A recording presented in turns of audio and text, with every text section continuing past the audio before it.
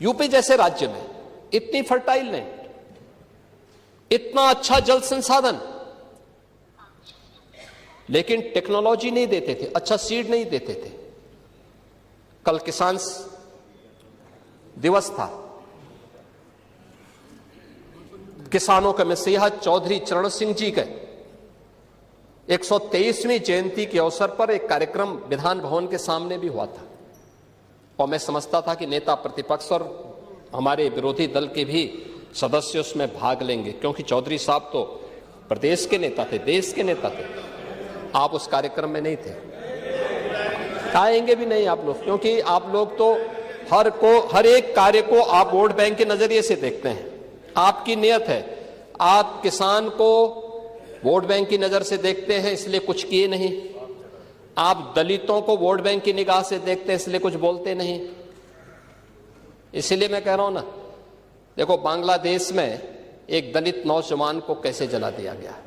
आप लोग गाजा पट्टी में होने वाले किसी भी उस पर आंसू बहाते हैं, लेकिन आपकी जवान से एक शब्द नहीं निकल रहा है, क्योंकि एक दलित नौजवान मारा गया बांग्लादेश में, और उस नौजवान के मरने पर आपकी जवानी सिल चुकी है, क्योंकि आप उसको केवल वोट बैंक के रूप में इस्तेमाल करते हैं।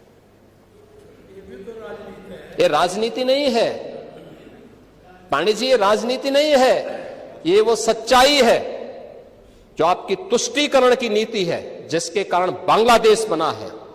अगर बांग्लादेश पाकिस्तान नहीं बना होता, इस तरीके से हिंदू नहीं जलाया होता, और जलाता तो फिर उसकी क्या दुर्गति होती या वह भी जानता। ये सुरक्षा की गारंटी, वहां मारे जा रहे हैं हिंदू, आप लोग नहीं बोलेंगे। एक कैंडल मार्च निकाल के चलते हैं गांजा के मुद्दे को लेकर के, लेकिन पाकिस्तान और बांग्लादेश में हिंदू मारा जाता है तो आपके मुंह बंद हो जाते हैं, क्योंकि मरने वाला हिंदू है, दलित है, आप बोलेंगे नहीं।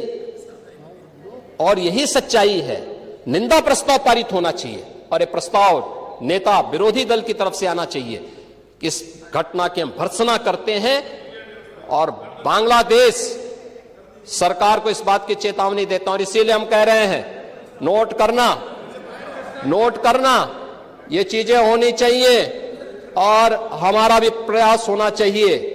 जब बांग्लादेशी को यहां से निकालेंगे और रोहिंग्या को यहां से बाहर का रास्ता दिखाएंगे, तो उनके समर्थन में मत आना, क्योंकि उनमें से बहुत सारे लोगों के वोट आपने बनवाए हैं, उनके बहुत सारे लोगों के लिए आधार भी बनवाने का पाप किया है आप लोगों ने।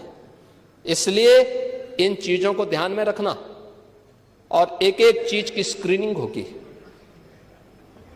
बहुत प्रभावी कार्रवाई करेंगे। हमारे ही देश में रह करके हमारे लोगों के खिलाफ अपराध, और वहां पे निर्दोष हिंदुओं पर अत्याचार करोगे, निर्दोष सिखों पे अत्याचार करोगे, ये स्वीकार्य नहीं हो सकता है, और यही आप करते